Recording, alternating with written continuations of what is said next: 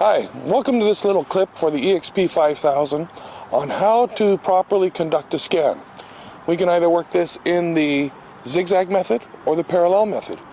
Now here at the factory we actually recommend using the parallel method, and let me show you why.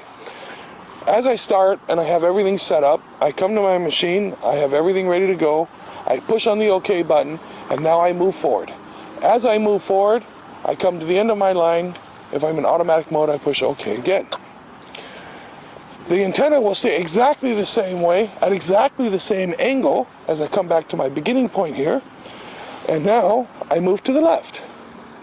So the antenna is not going to go crooked or anything like that, it's going to stay straight. Now I will walk exactly the same as I did in my first line. So now I've completed two lines exactly the same. If I work zigzag, now, I start my first line, and as I work my first line, I come to a stop. Now if I turn around, well, this side of the antenna was over there. Now it's over here. I have rotated the antenna. I can't do that. So another way I could do it is I could walk forward, come to the end of my line, I can move to the left, I can walk backwards.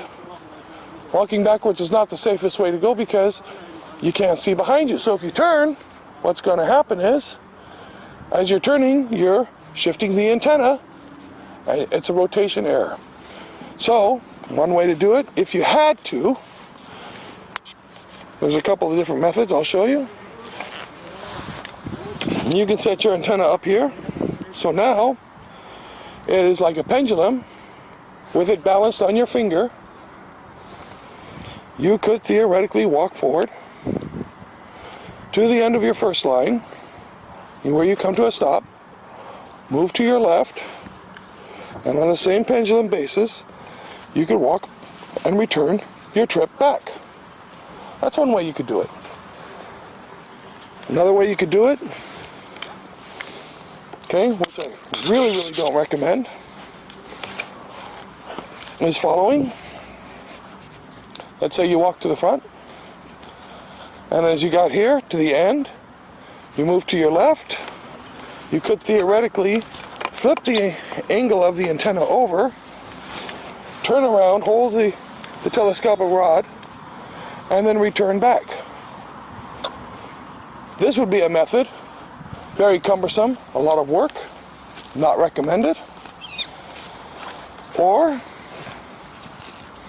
if you absolutely had to do the zigzag method, you could hold the antenna off to the side, as I'm having here.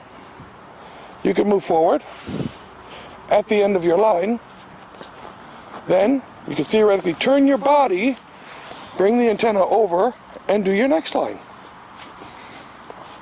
So, turning your body, moving to the next line.